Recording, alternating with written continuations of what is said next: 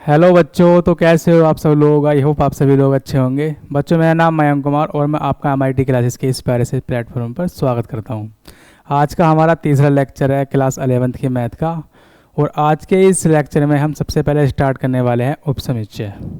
सबसे पहले स्टार्ट करेंगे आज के लेक्चर में हम उपसमुच्चय के बारे में समझेंगे। उपसमुच्चय उपसमुच्चय को इंग्लिश में कहते हैं हम सबसेट। सबसेट आज का जो लेक्चर है वो आपको समझना ज़्यादा पड़ेगा। तो आप ऐसा करिए, आप अपने कानों में ईयरफोन डालिएगा और जो आपका फ़ोन है उसे हॉरिजॉन्टल मोड पे कर लीजिए। और आज का लेक्चर बस आपको सुनना है और बाकी मैं दो तीन टॉपिकों के बारे में समझाऊंगा, उसे आप सबसे पहले नोट कर लेंगे अपनी कॉपी में मेरे साथ साथ। तो उपसमुच्चय क्या होता है। उपसमुच्चय हम एग्जाम्पल के साथ समझेंगे। मानेंगे x इजगल टू मानेंगे आपके विद्यालय में आपके विद्यालय में आपके विद्यालय में आपके विद्यालय में सभी विद्यार्थियों का समुच्चय। आपके विद्यालय में उपस्थित सभी विद्यार्थियों का समुच्चय। अब बाई मानेंगे, बाई इजगल टू आपकी कक्षा में विद्यार्थियों का समुच्चय। आपकी कक्षा में विद्यार्थियों का समुच्चय।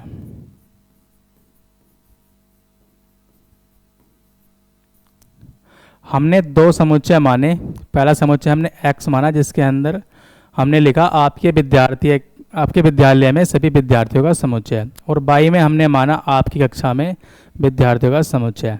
आप एक बात सोचिए, जो विद्यालय में विद्यार्थी उपस्थित हैं, जाहिर सी बात है वो आपकी कक्षा में भी उपस्थित होंगे।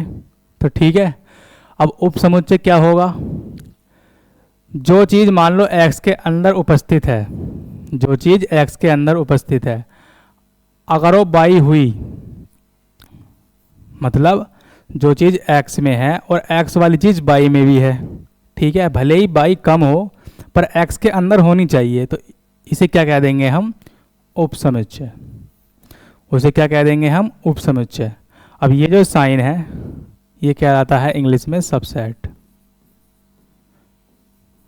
उपसमुच्चय का चिन्ह कहते हैं इसे। इसे बोलते कैसे हैं, आपको बोलना भी तो आना चाहिए, क्योंकि मान लो जब आप पढ़ोगे इस चीज़ के बारे में, जब तक आपको इसे एक्सप्लेन करना नहीं आएगा तब आप इसे अच्छे से नहीं समझ सकते। तो इसे बोलेंगे कैसे,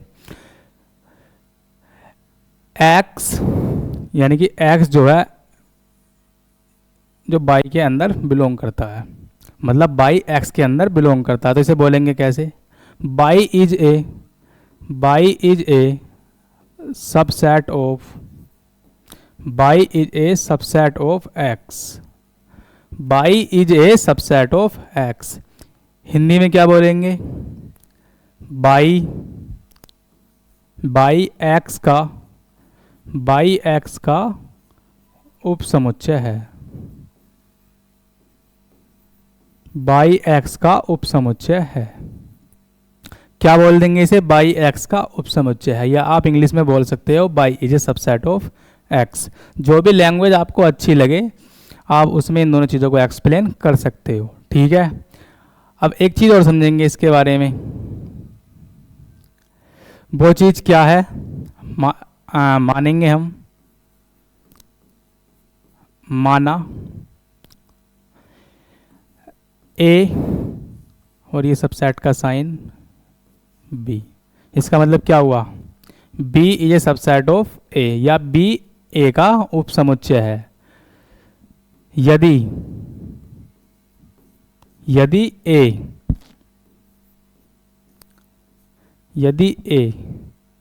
बिलोंग्स टू क्या लिख देंगे,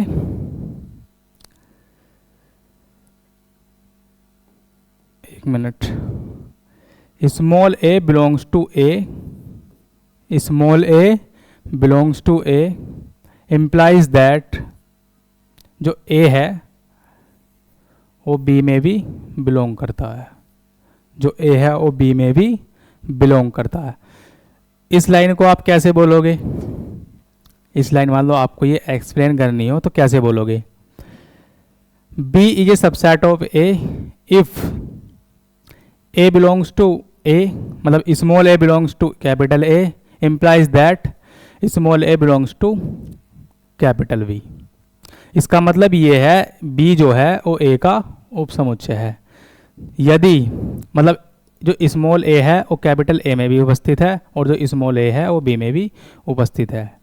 ठीक है, तो ये थी इसके बारे में थोड़ी सी चर्चा, या मैं आपको इसे हिंदी में भी लिख के बता देता हूँ एक बार, हिंदी में कैसे बोलेंगे। मान लो आपको इंग्लिश नहीं आती तो लिखेंगे बी, बी ए का उपसमुच्चय है, बी ए का उपसमुच्चय है, बी ए का उपसमुच्चय है।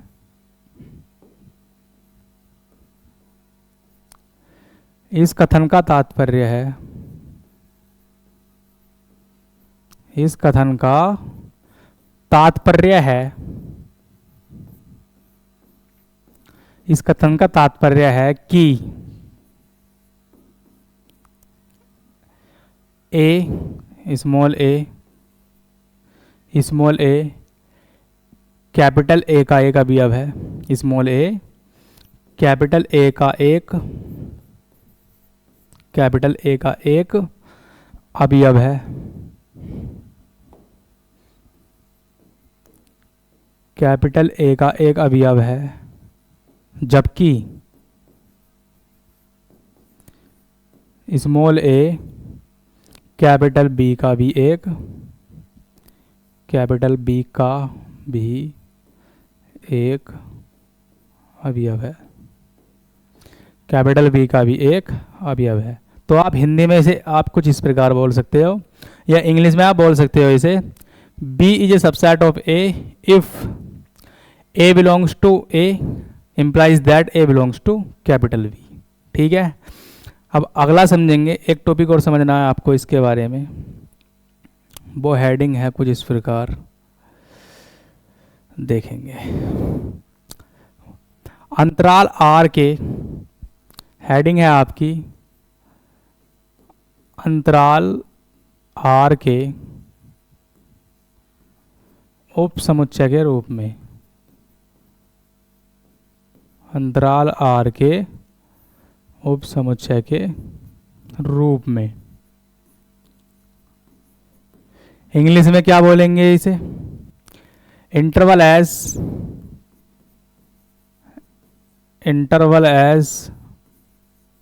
सबसेट ऑफ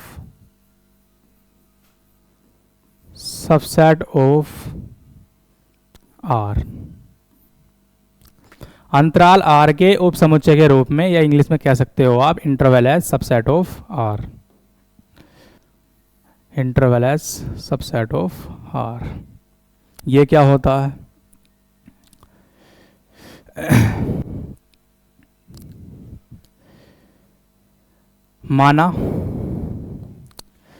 मानेंगे इसके अंदर हम, माना ए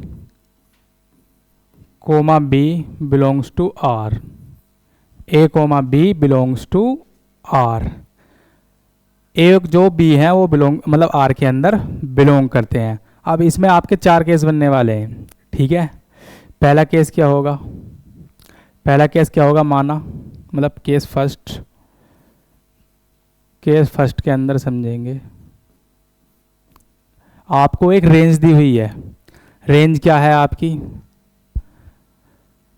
लिख सकते हो आप वास्तविक, या सीधा सीधा लिख दो आप, रेंज दी हुई है आपको बाई, जहाँ पर बाई एक वैल्यू है, बाई एक वैल्यू है जिसमें जो बाई का मान है जो बाई का मान है वो कैपिटल ए से बड़ा है और मतलब स्मॉल ए से बड़ा है और स्मॉल बी से छोटा है। ये आपको क्या दी हुई है, एक रेंज,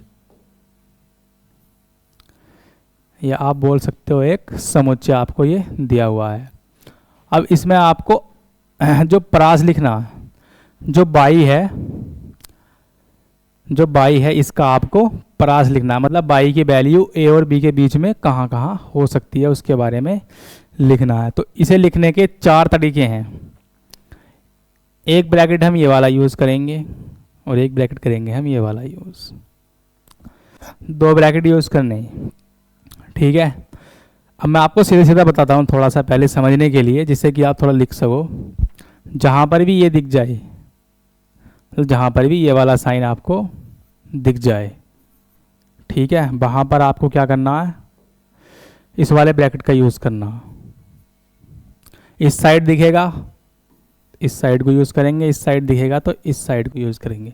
अब मान लो आपको कहीं पर ये कंडीशन दिख जाए, ये कंडीशन, जो पहले वाली कंडीशन थी उसका मतलब था, एक थोड़ा बैक कर लेता हूँ मैं, y की जो वैल्यू है वो a से बड़ी होनी चाहिए और b से छोटी होनी चाहिए, पर इसके अंदर a और b नहीं आएंगे, a और बीच की जो वैल्यूज़ हैं वो यहाँ पर आ जाएंगी।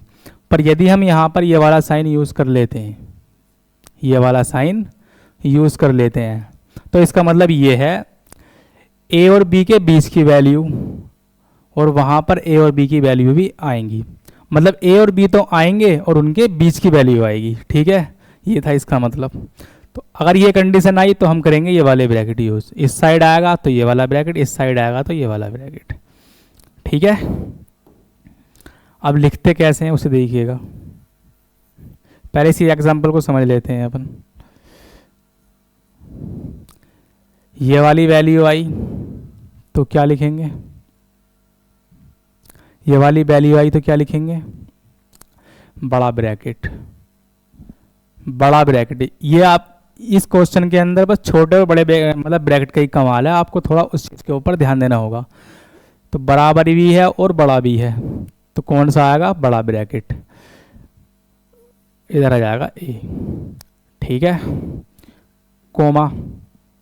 इस साइड को देखेंगे आप, b से छोटा होना चाहिए या b के बराबर होना चाहिए बाई का मान, तो यहाँ पर क्या आ जाएगा b, और ब्रैकेट कौन सा यूज करेंगे अपन, बड़ा, ब्रैकेट कौन सा यूज करेंगे, बड़ा।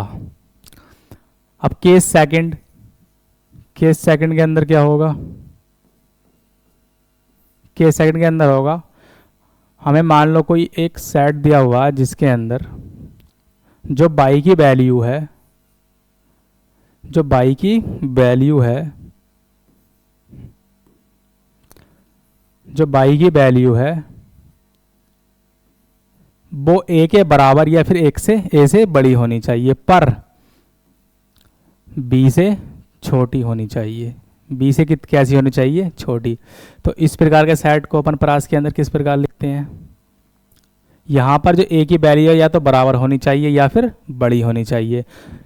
चिन्ह कौन से यूज़ किए गए हैं, बराबर और मतलब इससे बड़ी होनी चाहिए, मतलब 2 प्रकार के यहाँ पर चिन्ह यूज़ करे गए हैं। तो इसके लिए कैसा ब्रैकेट आएगा, बड़ा ब्रैकेट, यहाँ पर क्या आ जाएगा a, यहाँ पर क्या आ जाएगा a, कोमा, जो b की वैल्यू है वो b से केवल छोटी होनी चाहिए। जब खाली छोटी होगी तो ये वाला ब्रैकेट लगेगा, छोटी या बड़ी या बराबर होगी तो ये वाला ब्रैकेट लगेगा। तो कौन सा ब्रैकेट लगेगा, ये वाला, कौन सा ब्रैकेट लगेगा, ये वाला, ठीक है। तो यहाँ पर क्या लग जाएगा, ये ब्रैकेट, 2 साइड बन गए। अब तीसरी कंडीशन क्या होने वाली है, केस 3, केस 3 के बारे में चर्चा करते हैं एक बार।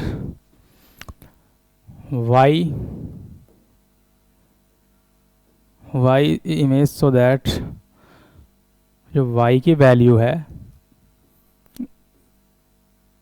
और ये जो y की वैल्यू है वो a से या तो बड़ी होनी चाहिए या फिर b के बराबर या उससे छोटी होनी चाहिए। तो इस प्रकार के सेट को अपन किस मतलब रेंज के अंदर किस प्रकार लिखेंगे, a लिखा जाएगा छोटे ब्रैकेट के अंदर, क्योंकि जो a की वैल्यू है वो a से बड़ी होनी चाहिए, तो ये लिखा गया ए। अब बी की वैल्यू, बी को आप किस प्रकार लिख सकते हो, देखो बी की मतलब बाई की जो वैल्यू है वो बी के या तो बराबर होनी चाहिए या फिर उससे छोटी होनी चाहिए, तो ये लिखा जाएगा, बी लिखा जाएगा बड़े ब्रैकेट के अंदर, बी लिखा जाएगा बड़े ब्रैकेट के अंदर। केस 4, केस 4 के अंदर क्या होगा, सेट दिया हुआ है बाई इमेज एज, जो बाई की वैल्यू है या तो ए से बड़ी होनी चाहिए या फिर बी से छोटी होनी चाहिए, या तो ए से मतलब जो बाई की वैल्यू है या तो ए से बड़ी होनी चाहिए या फिर बी से छोटी होनी चाहिए। तो आप देख रहे हैं यहाँ पर सिर्फ छोटे या बड़े का वो आ रहा, मतलब यहाँ पर ए और बी दोनों नहीं आएंगे, तो इसे किस प्रकार लिखेंगे अपन, ए कोमा बी और ब्रैकेट कौन सा लग जाएगा, ये वाला। आ गई बात समझ में, आप टेंशन मत लो, अभी हम एक्सरसाइज करेंगे उसके अंदर ये चारों केस में बढ़िया तरीके से एक्सप्लेन कर दूंगा, और ताकि जो मतलब जो ये कॉन्सेप्ट है आपको अंतराल आर के उप समस्या के रूप में ये आपको अच्छे से समझ में आ जाए। तो आप थोड़ा धैर्य बनाइए और आगे समझने की कोशिश कीजिए। एक टॉपिक और है इसके बारे में, आसान सा, बहुत आसान है वो इससे भी, जिसे बोलते हैं हम सार्वत्रिक समुच्चय, जिसे बोलते हैं हम सार्वत्रिक समुच्चय।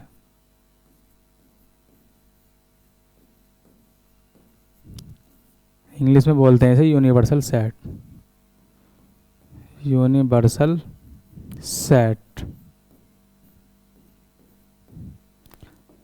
यूनिवर्सल सेट क्या होता है, यानी कि सार्वत्रिक समुच्चय को हम इंग्लिश में यूनिवर्सल सेट बोलते हैं। और यूनिवर्सल सेट होता क्या है,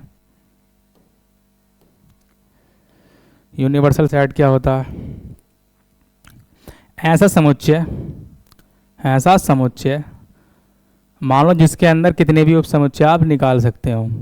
जैसे एक समुच्चय अपन मान सकते हैं, आपको दे रखा है x बराबर दे रखा है आपको एक समुच्चय 1 2 3 4 5, एक y दे रखा है आपको 5 6 7 8 9 10,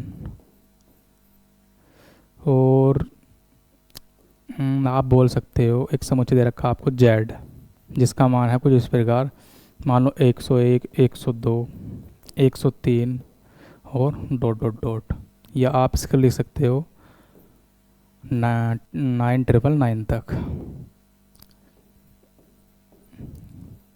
या आपको 3 सेट दिए हुए हैं। अब सार्वत्रिक समुच्चय की डेफिनेशन क्या होगी, ऐसा समुच्चय, ऐसा समुच्चय जिसके अंदर ये तीनों समुच्चय अंतर्निहित हो जाएं, या फिर आप कह सकते हो ये ऐसे सबसेट हैं, मतलब ये ऐसे एक ऐसा समुच्चय है, एक्स वाई और जेड उप समुच्चय हैं, आप कह सकते हो एक्स वाई जेड उप समुच्चय हैं समुच्चय ए के, ठीक है। तो फिर ए की वैल्यू क्या होनी चाहिए, ए की वैल्यू होनी चाहिए 1 2 3, आप बोल सकते हो अनंत तक, आप बोल सकते हो अनंत तक। मतलब ए जो है, ए से आप कितने भी आप सबसेट बना सकते हो, जैसे मैंने एक्स वाई और जेड बनाकर दिखाए, और आप बना सकते हो, मान सकते हो आप एम, मान सकते हो एम समुच्चय, कुछ भी लिख सकते हो आप 1001 से लेकर डॉट डॉट डॉट, या फिर आप एन मान सकते हो 25 26, मतलब अनंत से पहले आप कोई भी एक सेट मान लो, जिस मतलब ऐसा होगा इसमें जो ए है, ए से मतलब अनंत सबसेट आप बना सकते हो, और ये क्या क्या कहलाएंगे, ए के उप समुच्चय, ठीक है। तो अब आते हैं सीधे सीधे अपन अपनी प्रश्नावली के ऊपर, और आज की प्रश्नावली में केवल आपको समझना है, क्योंकि ऐसा कोई लिखने वाला नहीं है, जो लिखने वाली चीज़ें थी मैंने आपको समझा दी हैं, और बाकी मतलब डायरेक्ट इनका आंसर निकलना है, कोई इतना बड़ा लॉजिक नहीं है इन क्वेश्चनों के अंदर। पहला क्वेश्चन आज का, रिक्त स्थानों में प्रतीक, यह है सबसेट, मतलब is a subset of the particular, मतलब जो भी दो ए या बी आपको दे रखे होंगे। उप समुच्चय है तो आप ये वाला चिन्ह भरेंगे, उप समुच्चय नहीं है तो आप ये वाला चिन्ह भरेंगे, ठीक है। पहला एग्जाम्पल समझिएगा आप, पहले एग्जाम्पल के अंदर है पहला एग्जाम्पल 2,3,4, या मैं आपको सीधा इसी के अंदर समझा देता हूँ थोड़ा जूम करके।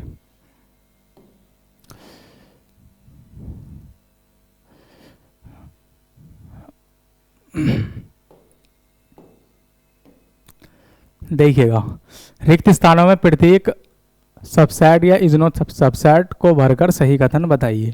पहला क्वेश्चन है 2, 3, 4। 2, 3, 4 रिक्त स्थान बीच में दिया हुआ है और आगे लिखा हुआ है 1, 2, 3, 4, 5, यानी कि 2 सेट दिए हुए हैं, जिसमें जो मेन सेट है वो ये वाला है, ये क्या है इसका सबसेट। तो आपको यही बताना है। इसके कहने का मतलब ये है, ये है सेट, ये इसका सबसेट है, ये जो है इसका सबसेट है। ठीक है, तो आप देखोगे 2, 3, 4 इसके अंदर आ रहा है, मतलब 2, 3, 4 इस वाले सेट के अंदर भी अवेलेबल है। तो आप कह सकते हो कि जो ये कथन आप कैसा भर सकते हो इसमें, ये वाला। ठीक है, आप कह सकते हो कि जो समुच्चय, आप इसे ए मान लो, इसे आप कह सकते हो ए इजकल टू, और इसे कह सकते हो आप बी। ठीक है, तो आप बोल सकते हो ए जो है वो बी का एक सबसेट है, क्योंकि 2,3,4 इस वाले से मतलब समुच्चय बी के अंदर अवेलेबल है। ठीक है, तो इसके अंदर क्या आ जाएगा, सबसेट है। A B C B C D, मतलब जो ए बी सी समुच्चय है, आप ए मान सकते हो इसे, या आप पहले वाले को बी मान लो ताकि आप कंफ्यूज ना हो, इसे आप ए मान लो। इसका कहने का मतलब है जो समुच्चय बी है वो ए का सबसेट है, समुच्चय बी ए का सबसेट है। सबसेट है, आप देखोगे ए नहीं है, बी है, सी है, पर ए नहीं है। तो आप कह सकते हो ये इसका सबसेट नहीं है, इसका सबसेट नहीं है। ठीक है, बाकी को मैं मिटा देता हूं यहां से।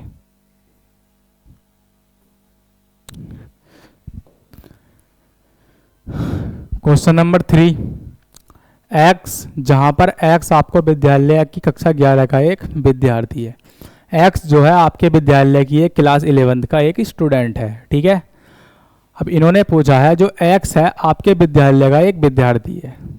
भाई मान लो आपके क्लास के अंदर एक विद्यार्थी है, तो वो जाहिर है वो आपके विद्यालय का भी एक विद्यार्थी होगा। तो आप कह सकते हो कि जो विद्यार्थी है वो पूरे मतलब कॉलेज का एक सबसेट है। तो यहाँ पर कौन सा चिन्ह आ जाएगा, ये वाला। ठीक है, आगे बात समझ में। क्वेश्चन नंबर 4, एक्स, जहाँ पर एक्स किसी समतल में स्थित एक वृत्त है, मतलब एक्स जो पॉइंट है कोई समतल है, उसके अंदर वो क्या है, एक वृत्त है, उसके अंदर क्या है, वो एक वृत्त। अब इन्होंने क्या बोला है, एक्स जहाँ पर एक्स समतल में स्थित एक वृत्त है, एक समतल में स्थित एक वृत्त है। चलो मान लिया एक वृत्त होगा समतल में। ठीक है, जिसकी त्रिज्या 1 इकाई है, जिसकी त्रिज्या मान लो कितनी है, 1 इकाई। कोई जरूरी थोड़ी हो सकता है कि उसकी त्रिज्या 1 इकाई हो। मान लो आपने समतल में अनंत वृत्त खींच लिया, या आपने 10 खरीद लिए, 20 खींच लिए, 30 खींच लिए। अब जरूरी थोड़ी है जो आपने मतलब जो वृत्त खींचे उनकी त्रिज्या एक ही मतलब 1 इकाई हो। या इकाई को आप एक मात्रक मान सकते हो, सेंटीमीटर, मीटर, कुछ भी मान लो। आपने अंदाजे से खींचा, ठीक है, आपने अंदाजे से खींची। अब मान लो आप नापने लग गए, आप नापने लग गए मतलब उसकी त्रिज्या नापने लग गए इस प्रकार। तो जरूरी थोड़ी है कि वो 1 इकाई हो, ऐसा जरूरी थोड़ी है। अगर यहाँ पर मतलब इन्होंने दिया होता कि 1 इकाई, ये चीज़ न दी होती ये वाली, तो ये कथन कैसा हो जाता, मतलब ये इसका एक सबसेट होता, ये इसका एक सबसेट होता। पर यहाँ पर इन्होंने जो 1 इकाई दी है, कोई ज़रूरी थोड़ी है 1 इकाई हो, थोड़ी बहुत ऊपर नीचे भी हो सकती है। तो ये इसका एक सबसेट नहीं होगा, इसका एक सबसेट नहीं होगा। तो हम नहीं कह सकते कि समतल में खींचा गए वृत्त की त्रिज्या 1 इकाई हो। क्वेश्चन नंबर अगला समझेंगे। अगला क्वेश्चन क्या है, क्वेश्चन नंबर 5 दिया है। क्वेश्चन नंबर 5 दिया है, x, जहां पर x किसी समतल में एक त्रिभुज है, एक्स क्या है? एक समतल में एक त्रिभुज है।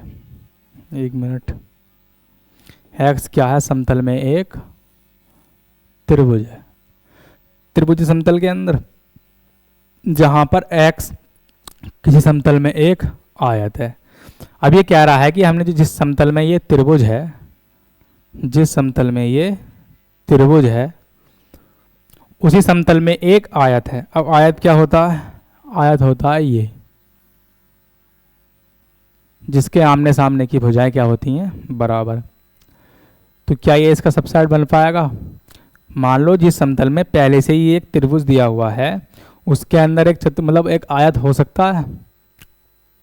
नहीं हो सकता। तो आप कह सकते हो कि ये इसका एक सबसेट नहीं है। क्या ही नहीं है इसका एक सबसेट? क्या नहीं है इसका एक सबसेट?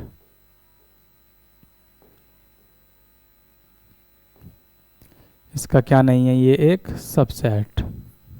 ठीक है। क्वेश्चन नंबर 6, एक्स जहां पर एक्स की समतल में स्थित एक समबाहु त्रिभुज है। समबाहु त्रिभुज क्या होता है? जिसकी सभी भुजाएं क्या होती हैं? समान होती हैं। तो मान लो किसी समतल में हमने एक त्रिभुज ड्रॉ करा जो कैसा है? एक समबाहु त्रिभुज। कैसा है वो? एक समबाहु त्रिभुज। ये क्या हो गया? एक समबाहु त्रिभुज। इसकी सारी भुजाएं कैसी हैं? आपस में बराबर हैं। ठीक है। इसी प्रकार से डिनोट करते हैं जिसकी सारी भुजाएं बराबर होती हैं। अब ये बोल रहा है जहां पर x, जहां पर जो x है वो x की समतल में स्थित एक त्रिभुज है। देखो समतल में हमने एक त्रिभुज बनाया तो जाहिर सी बात है ये त्रिभुज होगा। तो ठीक है, तो ये बात यहाँ पर कैसी हो रही है? सेटिस्फाई हो रही है। तो आप कह सकते हो कि ये इसका एक सबसेट है। अब क्वेश्चन नंबर 7 देखते हैं। क्वेश्चन नंबर 7 के अंदर क्या बोल रहा है? ये x जहां पर x एक समप्राकृत संख्या है। समप्राकृत संख्याएं क्या होती हैं? समप्राकृत संख्या, समप्राकृत संख्याएं, समप्राकृत संख्याएं क्या होंगी? 2 से स्टार्ट होंगी और अनंत तक जाएंगी, अनंत तक जाएंगी। जहां पर जो x है, जो यहाँ पर x की वैल्यूज दी हुई हैं, x एक पूर्णांक है। आप देख रहे हो जो ये संख्याएं हैं, जो मतलब जो समप्राकृत संख्याएं हैं वो आप क्या कह सकते हो? पूर्णांक भी कह सकते हो। पूर्णांक क्या होती हैं? जो माइनस अनंत से प्लस अनंत की ओर जाने वाली संख्याएं क्या कहलाती हैं? वो पूर्णांक कहलाती हैं। तो आप कह सकते हो कि यहाँ मतलब यहाँ से ये पूर्णांक स्टार्ट होने शुरू हो गए। ये संख्या माइनस में होती तब भी ये कथन सही था, अब प्लस में है तब भी ये कथन सही है, और सम कथन है मतलब सम नहीं धनात्मक सम है या फिर समप्राकृत संख्याएं हैं तब भी ये कथन कैसा होता है? सही, सेटिस्फाई हो रहा है। तो आप कह सकते हो कि ये इसका एक सबसेट बन सकता है, इसका एक सबसेट बन सकता है। अगला question, question number 2। Question number 2 के अंदर क्या बोल रहा है ये देखेंगे एक बार। कलर ले लेते हैं अपन, ये वाला।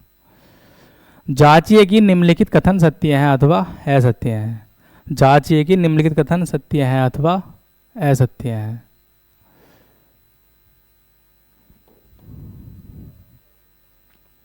देखेंगे पहला क्वेश्चन। पहला क्वेश्चन है आपका ये, एक सेट दिया हुआ है a, b और अगला जो सेट है वो है b, c, a, b, c, a। ये बोल रहा है कि ये मतलब ये इसका एक सबसेट है। मतलब इसे आप a मान सकते हो कुछ टाइम के लिए, इसे आप मान सकते हो b। ये बोल रहा है कि a b का एक सबसेट है। आप देखोगे a b के अंदर है, स्मॉल b इसके अंदर है, तो ये एक इसका सबसेट है। पर इसमें क्या क्वेश्चन के अंदर क्या दिया हुआ है कि ये सबसेट नहीं है। तो ये कथन कैसा हुआ? असत्य। कथन कैसा हुआ? असत्य। कथन कैसा हुआ? ये असत्य है, क्योंकि जो सेट मतलब जो सबसेट है वो है, पर क्वेश्चन के अंदर मना कर रहे हैं, तो ये कथन कैसा हो जाएगा, असत्य है। क्वेश्चन नंबर टू देखेंगे अब।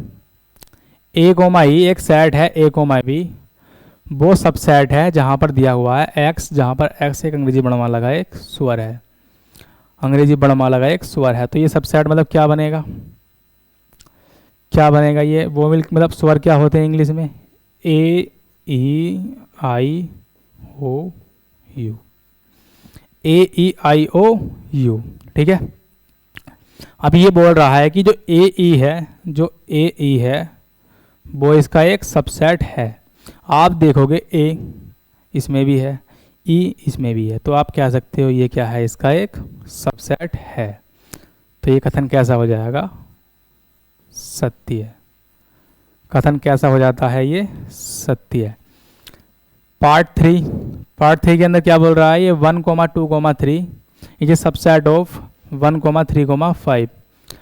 1 इसके अंदर है, इसके अंदर भी है, 2 नहीं है, 3 है, 3 भी नहीं है। तो आप कह सकते हो ये कथन कैसा हो जाता है, असत्य है। कथन कैसा हो जाता है, ये असत्य है। अगर यहाँ पर इन्होंने पहले से ही इस प्रकार कुछ दे दिया होता तो ये कथन कैसा हो जाता, सत्य है। ठीक है, अगली बात समझो।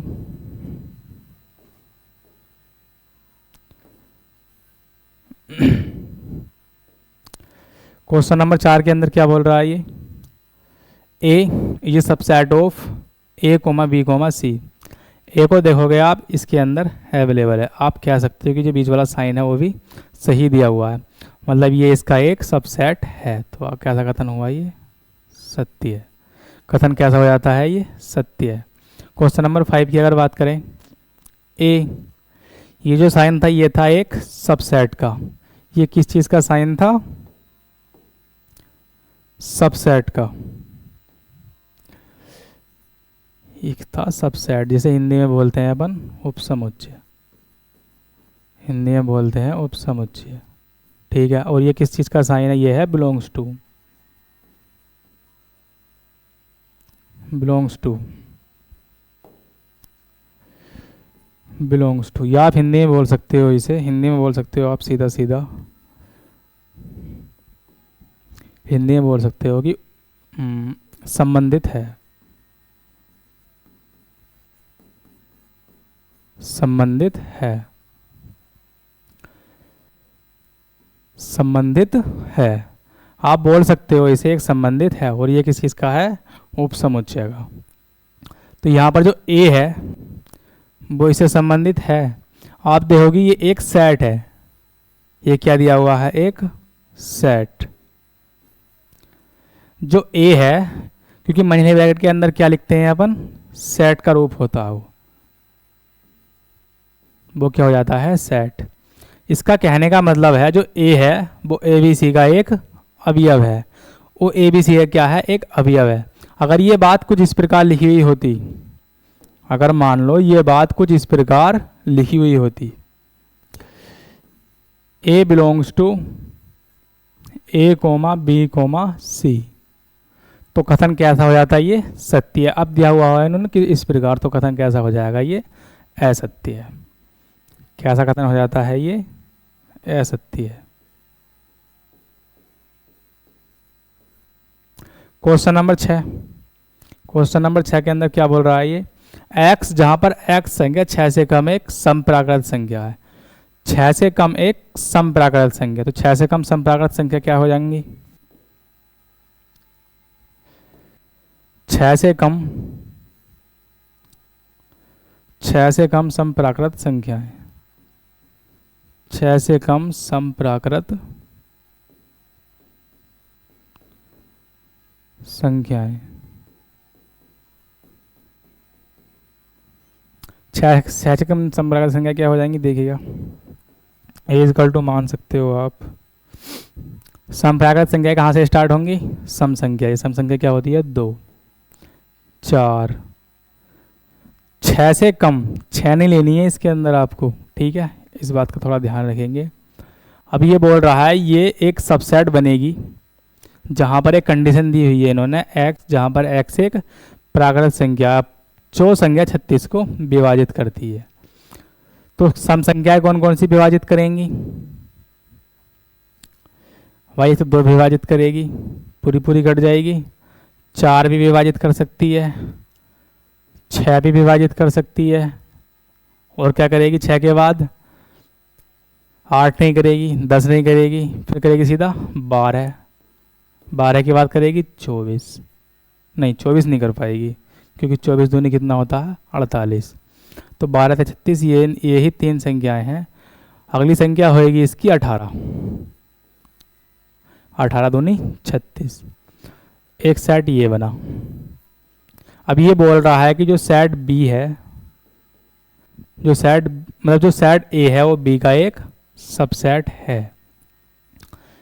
इस क्वेश्चन में, छठे क्वेश्चन के अंदर हम इन बातों को इस प्रकार मतलब रोस्टर रूप में लिख के देखें तो कुछ ये कंडीशन बनती है, जिसमें सिद्ध हो रहा है कि जो मतलब जो ये वाली कंडीशन है ये इसकी एक सबसेट है। तो आप कह सकते हो कि जो दिया हुआ कथन कैसा है? सत्य है। कथन कैसा हुआ? ये सत्य है। अगला देखते हैं।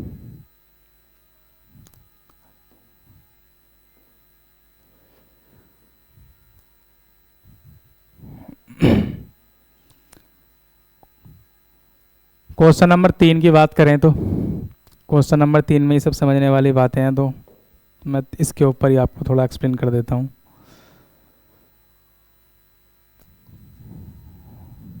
देखा लगा आपको? अब उम्मीद है आपको सही समझ रहा होगा। कलर में चेंज कर लेता हूँ एक बार। क्वेश्चन नंबर 3 है, मान लीजिए कि ए इजगल टू जिसके अंदर एक सेट दिया हुआ है और इसके अवयव कुछ इस प्रकार हैं 1,2 और ये भी एक अवयव है। मतलब जो ये वाला दिया हुआ है पूरा, ये वाला जब पूरा दिया हुआ है ये केवल एक अवयव है। जिस प्रकार 1,2 अवयव है या फिर 5 अवयव, उसी प्रकार जो 3,4 है वो भी एक अपने रूप में खुद एक अवयव है। ठीक है। निम्नलिखित में से कौन सा कथन सही है और क्यों? निम्नलिखित में से कौन सा कथन सही है और क्यों? पहली कंडीशन के अंदर बोल रहा है ये 3,4 is a subset of A. 3,4 is a subset of A. तो आप देखेंगे एक बार 3,4 ए के अंदर है, आप बोलेंगे है, पर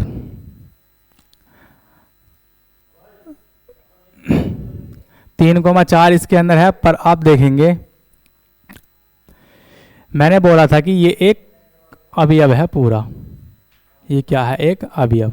इसके मान लो अब ये क्या हुआ? इसका एक अवयव हो गया। ये पूरा इसका अवयव है। अब मान लो इसके ऊपर एक और अपन मंझला ब्रैकेट लगा दें। क्या लगाएंगे? एक और मंझला ब्रैकेट।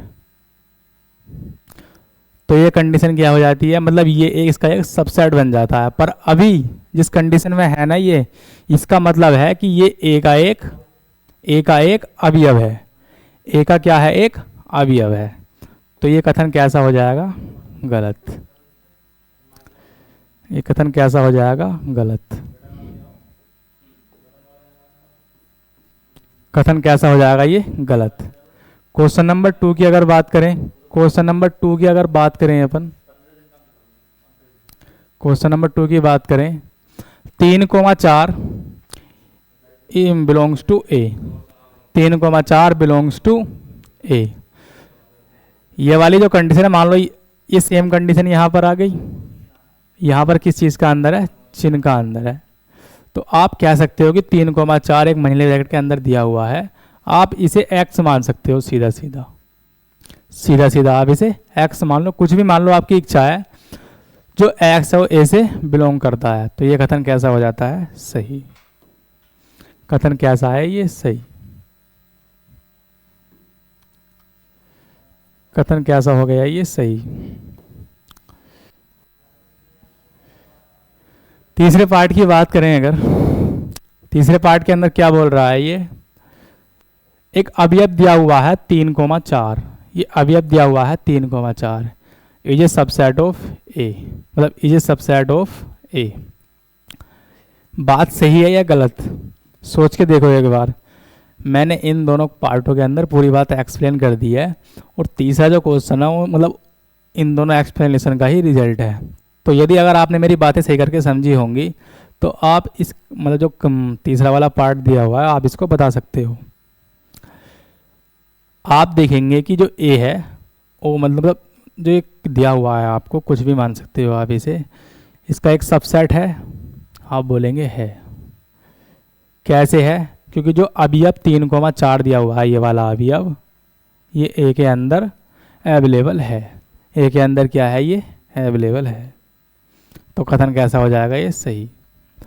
क्वेश्चन नंबर 4 की अगर बात करें तो 1 belongs to A, 1 belongs to A, 1 belongs to क्या हो जाएगा? ए। एक जो है वो ए से बिलोंग करता है, आप बोलेंगे बिलोंग करता है, तो कथन कैसा हो जाएगा? सही। मतलब एक जो है वो ए का एक अवयव है, एक ए का एक अवयव है, तो कथन कैसा हो जाएगा? सही। क्वेश्चन नंबर 5, एक सबसेट ए का अवयव है, मतलब नहीं, एक जो एक है ये सबसेट ऑफ ए, एक ए का एक मतलब सबसेट है या नहीं है, मतलब उप समुच्चय है या नहीं है। अगर एक कुछ इस प्रकार लिखा हुआ दिया होता, अभी ये कौन सा रूप है? एक अवयव का रूप। अभी ये कैसा रूप बन गया? एक समुच्चय रूप। तो ये कथन कैसा हो जाता है? गलत। कथन कैसा हो गया? ये गलत। क्वेश्चन नंबर 6 की बात करें अगर, 1,2,5 is a subset of A, 1,2,5 is a subset of A. आप देखोगे कि एक सेट बनाया है इन्होंने, सबसेट। सबसेट क्या है? सबसेट कुछ इस प्रकार है, 1,2,5 ये सबसेट ऑफ ए। तो आप देखोगे कि जो ए है, मतलब जो ए है इसके अंदर ये वाला सेट एकदम फिक्स हो रहा है। तो आप कह सकते हो ये कथन कैसा हुआ? सही हुआ। अगर चीज़ों को आप मतलब कॉन्सेप्ट आपका क्लियर है तो ये क्वेश्चन बहुत इजी है। क्वेश्चन कैसे हैं? बहुत इजी, क्योंकि ना तो इनके अंदर कोई कैलकुलेशन है, खाली आपके समझने के ऊपर बात है। अगर आपको वीडियो एक बार में अच्छी समझ में नहीं आती तो आप क्या करोगे? आप दोबारा से इस वीडियो को एक बार रिपीट करके देख लेना, फिर जो आपको सारी बातें एकदम क्लियरली समझ में आ जाएंगी। क्वेश्चन नंबर 7 देखें अगर, 1,2,5 ये क्या है? एक सेट है, बिलोंग्स टू ए। इस चिन्ह का मतलब है कि अब ये बिलोंग करना चाहिए आपके समुच्चय का, पर इसके अंदर जो कंडीशन बन रही है वो क्या है? एक सबसेट की। तो ये कथन कैसा हो जाएगा? गलत। कथन कैसा हो जाएगा? ये गलत। क्वेश्चन नंबर 8 दिया हुआ है, 1,2,3, 1,2,3 ये सबसेट ऑफ ए।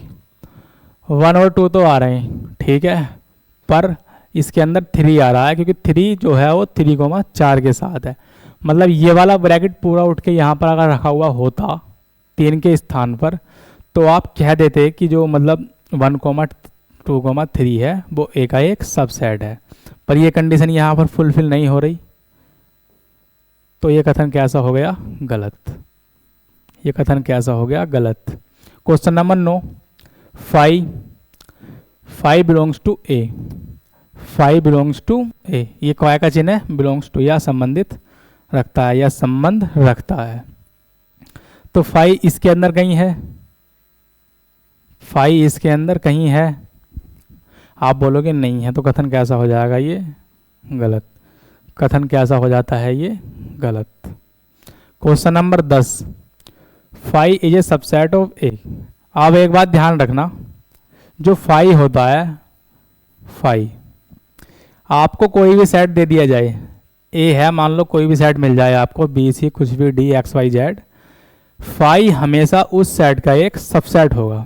5 क्या होगा? उस सेट का हमेशा सबसेट, पर उससे बिलोंग नहीं करेगा। ये मान लो आपको एक सेट दिया हुआ है, ए ही मान लो आप, ए मान लो आप सेट दिया हुआ है, इसके अंदर 5 जो होगा इसका एक सबसेट होगा, पर जो ये कंडीशन थी यहाँ पर 5 बिलोंग्स टू ए, मतलब बिलोंग, जब तक यहाँ पर इसके अंदर आपको 5 लिखा हुआ नहीं दिखेगा। 5 का मतलब होता है रिक्त समुच्चय।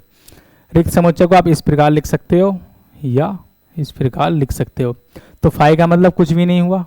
अब मैंने बोला था सबसेट जो होता है वो उससे बिलोंग करना चाहिए, चाहे उसका एक ही अंक हो, मतलब चाहे उसका एक ही अवयव हो, ठीक है। तो फाई का मतलब कुछ भी नहीं होता, तो आप सीधे सीधा कह सकते हो कि जो कोई भी सेट हो फाई उसका सबसेट हो सकता है, पर उससे बिलोंग नहीं कर पाएगा जब तक उसके अंदर हो लिखा हुआ नहीं हो, ठीक है। तो ये कथन कैसा हो जाता है यहाँ पर, सही हो जाता है। कथन कैसा हो जाता है, ये सही हो जाता है। क्वेश्चन नंबर अगर 11 की बात करें, फाई ये सबसेट ऑफ ए। अब फाई इन्होंने कैसे दिया है, फाई लिखा जाता है इस प्रकार, इसे क्या बोलते हैं अपन, रिक्त समुच्चय। अब इसके अंदर इन्होंने एक कंडीशन लगा दी। कंडीशन क्या लगा दी इसको, एक ये सेट बना दिया। क्या इसका सेट बनना ऐसा पॉसिबल है, बिल्कुल पॉसिबल नहीं है, इसीलिए इसका एक सबसेट नहीं होगा, इसका ये सबसेट नहीं होगा। क्योंकि फाई को जो लिखा जाता है ना, मतलब इसका मतलब है रिक्त समुच्चय। रिक्त समुच्चय क्या, तो आप फाई से लिखोगे या लिखोगे आप ब्रैकेट, मतलब खाली ब्रैकेट, ठीक है। तो क्वेश्चन नंबर 3 आपको कैसा लगा, अगर समझ में ना आया हो, क्योंकि देखो अगर मैं इन चीज़ों को दोबारा एक्सप्लेन करूं तो उससे खाली टाइम की बर्बादी होगी। आपको क्या करना है, आप वीडियो को रिवर्स कर सकते हो, आप मेरी स्पीड भी बढ़ा सकते हो, ठीक है। तो सब कुछ आपके हाथ में, आपको अगर समझ में नहीं आता है तो आप थोड़ा पीछे जाइए और दोबारा देख लीजिए, या फिर जितने आपके लगभग 3 लेक्चर हो चुके हैं, अगर आप स्टार्टिंग से देखोगे तो ऐसा कोई मतलब नहीं बनता जिससे आपको ये चीज़ें समझ में ना आ पाए, ठीक है। तो क्वेश्चन नंबर 4 देखेंगे। क्वेश्चन नंबर 4 के अंदर क्या करना है, क्वेश्चन नंबर 4 है आपका, कलर चेंज करता हूँ मैं। निम्नलिखित समुच्चयों के सभी उप समुच्चय लिखिए। निम्नलिखित समुच्चयों के सभी उप समुच्चय लिखिए। अब जो ये 3 कंडीशन है ना, आपको इस क्वेश्चन के अंदर क्लियर हो जाएंगे। अगर मान लो आपको थोड़ी बहुत बात समझ में ना आई हो तो इन क्वेश्चन, मतलब 4 क्वेश्चन है, इनके अंदर सारी कंडीशन, मतलब जो कॉन्सेप्ट है आपको क्लियर हो जाएगा। पहला क्वेश्चन दे रखा है इन्होंने ए सेट एक सेट दे रखा है अपनों को, ए सेट दे रखा है। अब आपको इसके जितने भी उप समुच्चय बनेंगे, मतलब जितने भी जो सेट ए है, जितने भी उप समुच्चय बनेंगे आपको सब लिखने हैं। कितने समुच्चय बनेंगे, तो इसे मान लेंगे A is equal to capital A is equal to small A. Subset क्या होंगे इसके,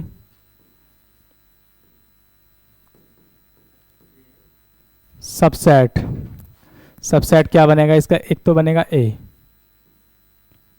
एक तो खुद यही बन जाएगा, और एक बनेगा फाई। फाई का मतलब होता है रिक्त समुच्चय। एक के कितने बन जाएंगे, 2 सबसेट, ठीक है। क्वेश्चन नंबर 2, क्वेश्चन नंबर 2 के अंदर क्या बोल रहा है, ये एक सेट दे रखा है आपको, ए मान लेंगे इसे भी, ए कोमा बी। आप अपनी इच्छा से कुछ भी मान सकते हो, पर जो आपके मानने का तरीका होना चाहिए वो सही होना चाहिए। तरीका मतलब जो आप मानोगे वो हमेशा जो इंग्लिश लैंग्वेज है उसके कैपिटल लेटर से ही मानोगे। तो A is equal to A comma B. अब इसके समुच्चय क्या होंगे, इसके उप समुच्चय क्या होंगे, एक तो ए होगा, खुद ए होगा, बी होगा, फिर कौन सा होगा, ए कोमा बी होगा, ए कोमा बी होगा, ठीक है। और फिर कौन सा होगा, फाई। क्योंकि मान लो अगर आप सोच रहे होंगे अपने मन में कि सर ए कोमा बी है तो बी कोमा ए भी तो हो सकता है। आपको पता है कि समुच्चय के अंदर आप जो अवयव है उन्हें आगे पीछे कर सकते हो, तो इन दोनों का मतलब सिर्फ एक बन के आएगा, इसलिए ये दोबारा से रिपीट नहीं होगा। फाई जो है वो हर उप समुच्चय के अंदर आएगा, मतलब हर समुच्चय का उप समुच्चय बनेगा। पार्ट 3 के अंदर बोल रहा है 1, 2, 3, तो मानेंगे ए इजगल टू 1, 2, 3, 1, 2, 3। अब इसका सबसेट कैसे बनेगा, तो लिखेंगे सबसेट या ए के उप समुच्चय, ए के उपसमुच्चय। ए के उपसमुच्चय क्या हो जाएंगे? एक तो एक होगा, एक क्या होगा? एक होगा, एक क्या होगा? दो होगा,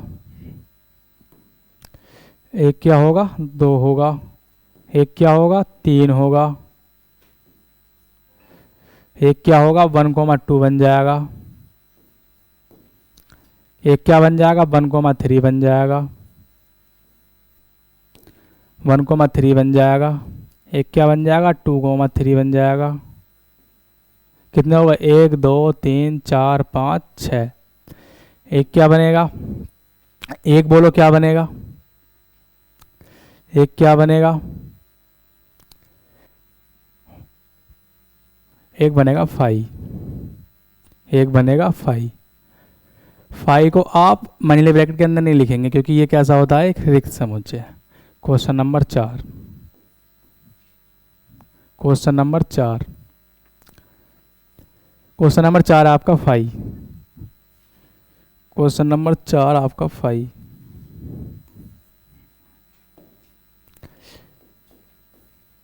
फाई का आपको उपसमुच्चय बताना है। तो फाई का उपसमुच्चय क्या होगा? खुद फाई। फाई का उपसमुच्चय क्या हो जाएगा? खुद फाई। ठीक है, आपको ये क्वेश्चन कैसा लगा? क्वेश्चन काफ़ी इजी है, बस आपको थोड़ी समझ रखनी पड़ेगी इनके अंदर। आपका कॉन्सेप्ट बिल्कुल क्लियर होना चाहिए क्योंकि इनके अंदर ना तो कोई कैलकुलेशन है, खाली आपको सोचना है और आंसर लाना है। ठीक है, अगला क्वेश्चन क्या है?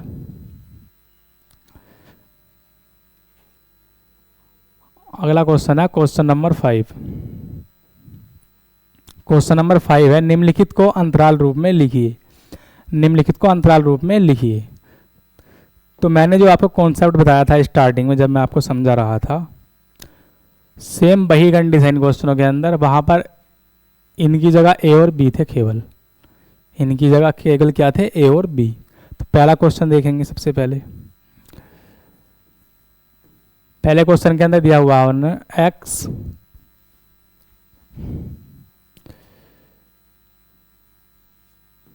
एक्स जहां पर x belongs to R. x क्या है? एक वास्तविक संख्या, और जो x की वैल्यू है वो -4 से बड़ी होनी चाहिए और +6 के बराबर या +6 के बराबर या फिर उससे छोटी होनी चाहिए। ये एक सेट दिया हुआ है। अब आपको इसका अंतराल रूप लिखना, मतलब आपको इन दो ब्रैकेटों का यूज़ करके इसका परास लिखना, मतलब इसकी रेंज लिखनी है। तो परास क्या हो जाएगा इसका? परास या फिर रेंज लिख सकते हो आप। इसकी रेंज क्या हो जाएगी? आर की वैल्यू क्या दी हुई है?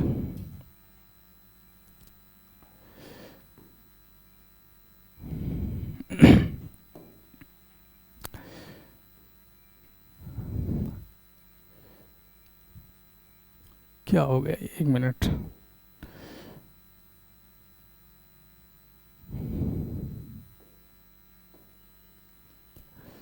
-4x और ये यहाँ पर 6। x की जो वैल्यू है वो -4 से छोटी होनी चाहिए। तो इसके लिए आप सबसे पहले कौन सा ब्रैकेट यूज़ करोगे? ये वाला। कौन सा ब्रैकेट यूज़ करोगे? ये। कितने छोटे होने चाहिए? -4 से, कोमा। अब इसमें आप कौन सा ब्रैकेट यूज़ करोगे? मैंने बोला था अगर वैल्यू छोटी है या बड़ी है तो आप छोटे ब्रैकेट का यूज़ करोगे। मान लो उससे छोटी है, बड़ी है या फिर उसके बराबर है तो आप कौन सा ब्रैकेट यूज़ करोगे? बड़ा ब्रैकेट यूज़ करोगे। तो इस साइड में तो खाली जो वैल्यू है इससे छोटी होनी चाहिए, तो हमने ब्रैकेट कौन सा यूज़ करा? छोटा। इससे छोटी या फिर इसके बराबर होनी चाहिए तो हम कौन सा ब्रैकेट यूज़ करेंगे? ये वाला।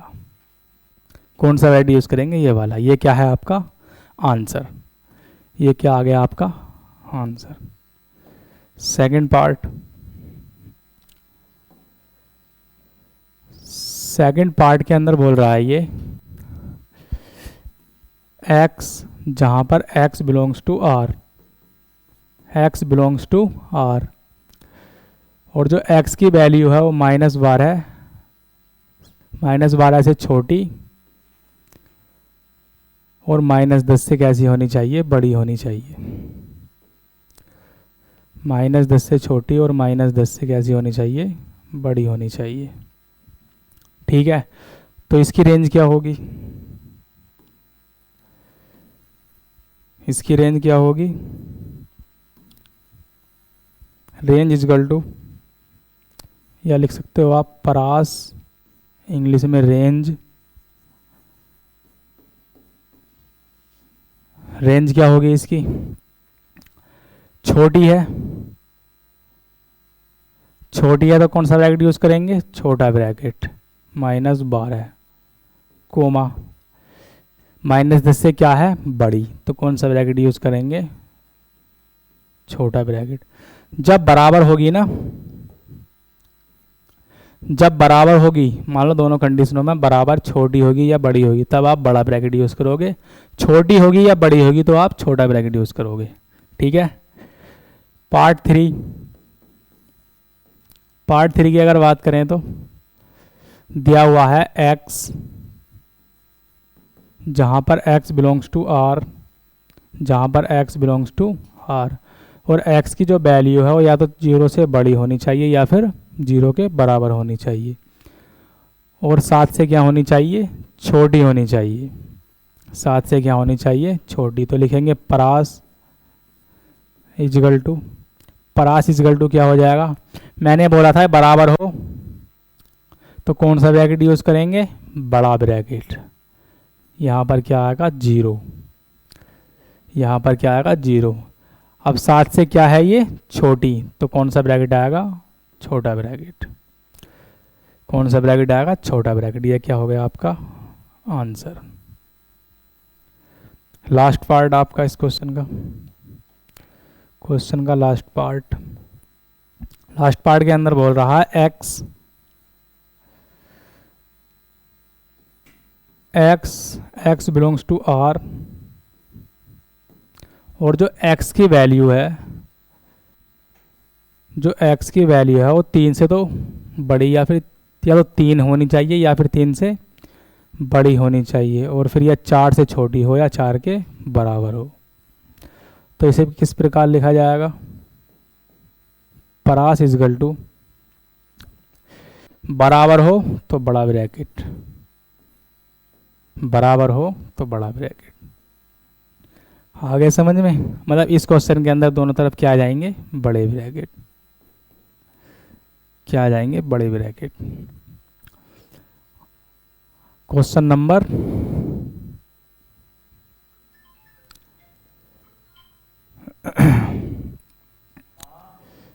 क्वेश्चन नंबर अगला देखेंगे।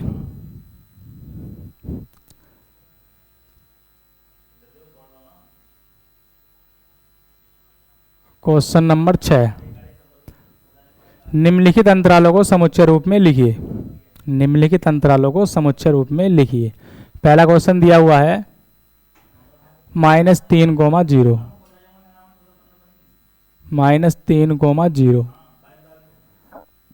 ब्रैकेट का आपको बहुत ज़्यादा ध्यान रखना, बहुत बहुत ज़्यादा, क्योंकि इसमें सिर्फ ब्रैकेटों का ही खेल है। इस रूप को इस रूप में लिखना है। पिछले क्वेश्चन में क्या करा था हमने, जो ये वाला रूप दिया हुआ था इन्होंने, अंतराल रूप, इसे आप लोगों ने इस रूप में लिखना था। अब आपको किस रूप में लिखना है, अंतराल रूप में। अंतराल रूप क्या होगा, अंतराल रूप इजगल टू ब्रैकेट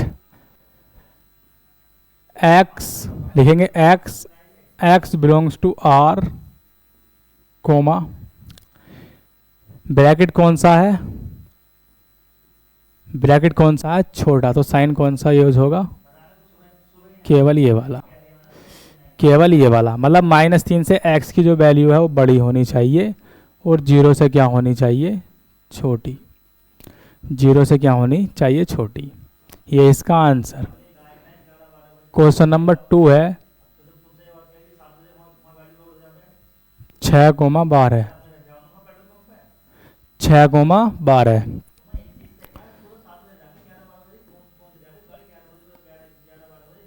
अंतराल रूप, अंतराल रूप, अंतराल रूप क्या होगा इसका, लिखेंगे पहले x, x belongs to r, और जो x की वैल्यू है वो 6 से तो या तो 6 हो, या तो 6 हो, या फिर 6 से कितनी होनी चाहिए, बड़ी। x की जो वैल्यू है वो 6 के या तो बराबर हो, फिर या 6 से क्या होनी चाहिए, बड़ी, और 12 के बराबर हो या फिर 12 से छोटी होनी चाहिए। ये बन गया आपका अंतराल रूप। Question number 3, small bracket 6 comma 12, और 12 के बाद क्या है, बड़ा ब्रैकेट, तो इसका क्या हो जाएगा, अंतराल रूप, अंतराल रूप। अंतराल रूप क्या होगा इसका, अंतराल रूप क्या होगा इसका,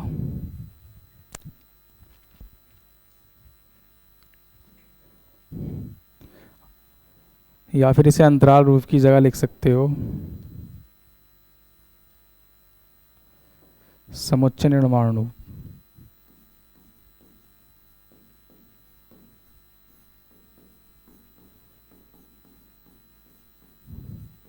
समुच्चय निर्माण रूप क्या होगा इसका, x, x belongs to r, x का जो मान है वो 6 से बड़ा होना चाहिए, 6 से क्या होना चाहिए, बड़ा, और 12 के या तो बराबर हो या फिर 12 से छोटा होना चाहिए। क्वेश्चन नंबर 4, क्वेश्चन नंबर 4 है -23, -23, 5, समुच्चय निर्माण रूप, समुच्चय निर्माण रूप।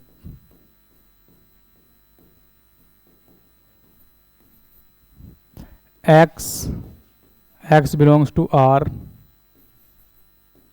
जहाँ पर जो x की वैल्यू है वो -23 के या तो बराबर हो या फिर इससे छोटी होनी चाहिए, और -5 से मतलब नहीं +5 से छोटी होनी चाहिए।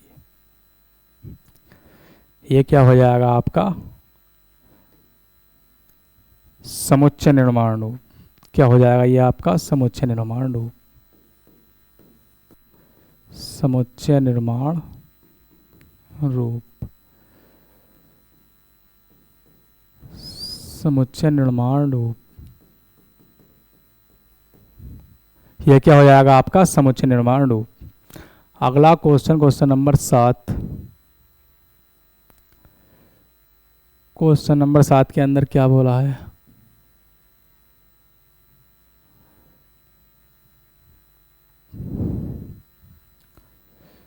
क्वेश्चन नंबर 7 के अंदर बोला है निम्नलिखित में से प्रत्येक के लिए आप कौन सा सार्वत्रिक समुच्चय प्रस्तावित करेंगे। पहला है समकोण त्रिभुजों का समुच्चय और दूसरा है समबाहु त्रिभुजों का समुच्चय। समकोण त्रिभुज क्या होते हैं, ये जिसमें एक कोण क्या होना चाहिए आपका 90 डिग्री होना चाहिए और बाकी दो कोण कैसे होंगे, न्यून कोण। और एक समद्विबाहु त्रिभुज होना चाहिए। समद्विबाहु त्रिभुज के अंदर क्या कंडीशन होती है, जिसमें कम से कम दो भुजाएं त्रिभुज की कैसी होनी चाहिए, समान। दो भुजाएं कैसी होनी चाहिए, समान। अब ये बोल रहा है कि इन दोनों त्रिभुजों के लिए एक ऐसा समुच्चय सोचिए जो ये मतलब जो ए और बी दोनों आकृति हैं वो उस समुच्चय की एक सबसेट बन पाए। तो इसका क्या बनेगा समुच्चय, इसका समुच्चय क्या बनेगा देखिएगा, लिख सकते हो आप, दोनों क्वेश्चनों के लिए ही लिख सकते हो आप। पहले क्वेश्चन के लिए लिखो, मान लो मैं पहले और दोनों के लिए दोनों के साथ संग संग लिख देता हूँ क्योंकि दोनों का आंसर कैसा है, सेम है। समकोण त्रिभुजों का समुच्चय, तो लिखेंगे आप x, जहाँ पर x जो है, x क्या है यहाँ पर, x समतल में स्थित, समतल में स्थित एक त्रिभुज है। क्या है, एक त्रिभुज। x क्या है, समतल में स्थित एक त्रिभुज। अब पहला क्वेश्चन देखिएगा, समकोण त्रिभुजों का समुच्चय। समतल में स्थित एक मान लो त्रिभुज है, उसमें मान लो आपने अनेक त्रिभुज बना दिए, ये बनाया, एक ये बनाया, मान लो उसके अंदर एक समकोण त्रिभुज आ गया, तो ये कंडीशन क्या हो जाती है, यहाँ पर सेटिस्फाई हो जाती है। अब अगला क्वेश्चन भी आप इसी प्रकार कुछ एक्सप्लेन कर सकते हो। मान लो समद्विबाहु त्रिभुज, समतल में अनंत त्रिभुज है पहले से ही खींचे हुए। अब कोई ना कोई तो ऐसा त्रिभुज होगा जिसमें मतलब दोनों भुजाएं उसकी आपस में समान होगा ना ऐसा। जब मान लो अनंत त्रिभुज है तो ये तो पॉसिबल है कि उस त्रिभुज की मान लो एटलीस्ट कम से कम दो भुजाएं तो बराबर हो सकती हैं ना, दो भुजाएं तो उसकी बराबर हो सकती हैं ना। तो ये कंडीशन भी यहाँ पर क्या हो जाती है, सेटिस्फाई। अतः इन दोनों को मतलब जो दोनों पार्ट हैं इन दोनों के लिए एक सार्वत्रिक समुच्चय क्या बन जाएगा, जहाँ पर x समतल में स्थित एक त्रिभुज है। लास्ट पार्ट इस क्वेश्चन का, इस एक्सरसाइज का लास्ट पार्ट क्या है, समुच्चय A = 1, 3, 5, B = दे रखा 2, 4, 6 और C का एक समुच्चय दे रखा है 0, 2, 4, 6, 8। अब इन चारों में से आपको बताना है कि इन तीनों दी गई वैल्यूज में ABC जो वैल्यू दी गई हैं, A दिया हुआ है, B दिया हुआ है, C दिया हुआ है, इन तीनों के लिए सार्वत्रिक समुच्चय कौन सा होगा। पहले पार्ट को अगर देखें आप, A का मान 1, 3, 5, तो 1 भी है, 3 भी है और 5 भी है। B के लिए देखें 2, 4, 6, 2, 4, 6, 2 भी है, 4 भी है और 6 भी है।